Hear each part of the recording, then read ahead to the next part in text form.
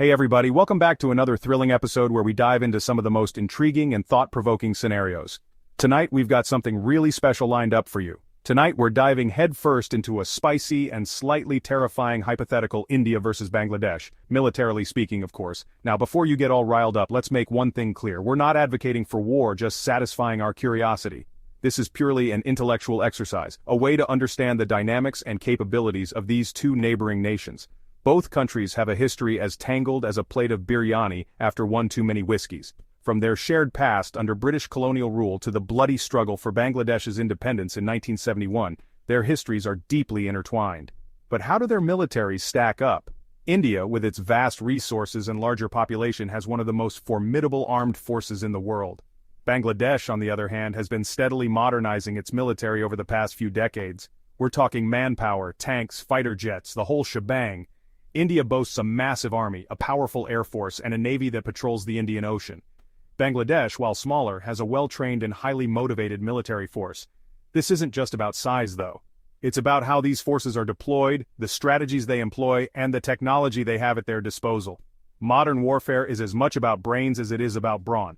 We're talking strategy, technology, and those $0 in moments that make you glad you're just watching this on TV.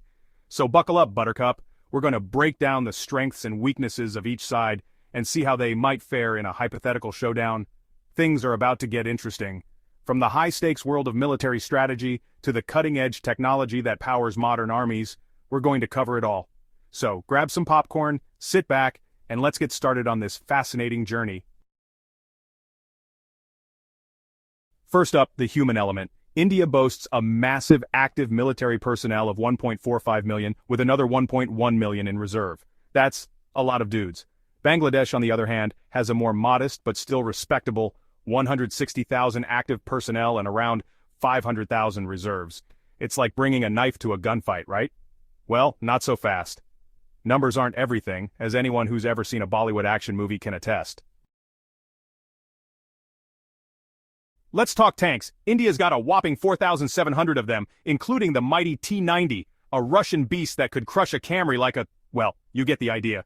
Bangladesh has a more modest tank force, but they're no slouches. They've got Chinese Type 59s and some upgraded versions that pack a punch. India definitely takes the lead in sheer numbers, but Bangladesh has been strategically investing in modernizing its smaller force. David and Goliath, anyone? But hold on. Before you hand India the trophy, let's talk artillery. Bangladesh boasts a surprisingly robust artillery force, with over 400 howitzers and rocket launchers. These bad boys can rain down explosive hellfire from miles away. Not ideal if you're on the receiving end, trust us. India's artillery force is larger, but is it nimbler? Sometimes it's not about how many guns you have, but how you use them. And Bangladesh seems to have mastered that art. Section 5, Wings of War Air Force Analysis. Now for the main event, air power. India boasts a fearsome fleet of Russian-made Sukhoi Su-30 MKIs and French Mirage 2000s. These are top-of-the-line fighter jets, folks. Bangladesh, meanwhile, relies on a mix of Russian MiG-29s and Chinese Chengdu J-7s. They're no slouches, but they're definitely the underdogs in this dogfight. India clearly has the edge in the skies, with advanced technology and a larger fleet. But as we all know, wars aren't won in the air alone.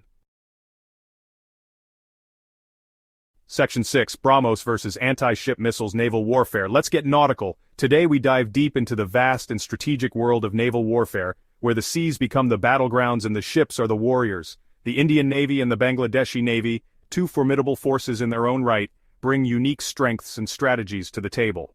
Let's explore how these two navies stack up against each other, especially when it comes to their missile capabilities. India has a powerful blue water navy, including aircraft carriers, destroyers, and the BrahMos supersonic cruise missile. The Indian Navy is designed to project power far beyond its shores, with a fleet that includes some of the most advanced warships and submarines in the world. The BrahMos missile, a joint venture between India and Russia, is a game-changer in naval warfare.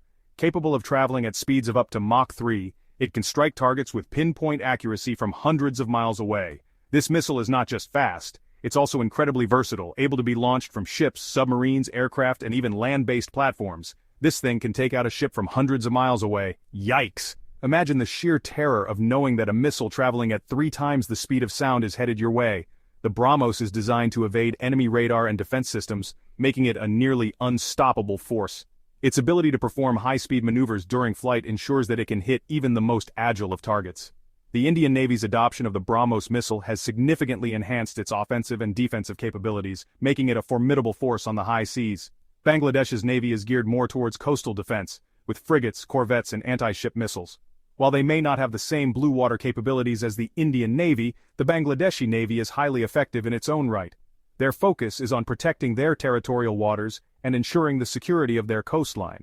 The Bangladeshi Navy's fleet includes a variety of smaller, more agile vessels that are perfect for patrolling and defending coastal areas. Their anti-ship missiles, though not as advanced as the BrahMos, are still highly effective in deterring potential threats. They're like the scrappy little brother who knows how to pack a punch, but maybe not take on a heavyweight champion. The Bangladeshi Navy's strength lies in its ability to operate effectively in shallow waters and close to the shore. Their smaller ships are highly maneuverable and can engage in close combat with enemy vessels. The sailors of the Bangladeshi Navy are well-trained and highly motivated, ready to defend their nation at a moment's notice. While they may not have the same level of firepower as the Indian Navy, they make up for it with their determination and tactical prowess. India wins this round on sheer firepower, but Bangladesh's Navy is nothing to sneeze at, especially in their own backyard. The Indian Navy's advanced technology and powerful arsenal give it a significant advantage in open waters. However, the Bangladeshi Navy's focus on coastal defense means that they are exceptionally well prepared to defend their home territory. In a hypothetical naval battle, the outcome would depend heavily on the location and the specific circumstances. While India may have the upper hand in terms of firepower, Bangladesh's strategic positioning and coastal defense capabilities make them a formidable opponent in their own right. In the end, both navies play crucial roles in maintaining the security and stability of the region. Section 7. Friends in High Places, International Alliances. Wars aren't just about who has the bigger guns, though. They are complex, multifaceted events that involve not just military might but also strategic partnerships and alliances. These alliances can often be the deciding factor in the outcome of a conflict. It's also about who has your back. In the heat of battle, having reliable allies can make all the difference. These alliances are built on trust, mutual interests, and often shared values. They are forged through years of diplomatic efforts, joint military exercises, and sometimes even through shared adversities. India has been cozying up to the US and its allies, while Bangladesh has strong ties to China and Russia.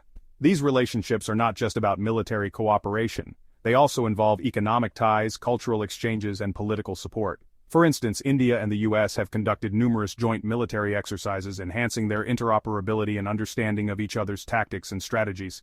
These alliances could prove crucial in a conflict, providing everything from intelligence sharing to, well, more guns. Intelligence sharing can offer a strategic advantage, allowing allies to anticipate and counter enemy moves.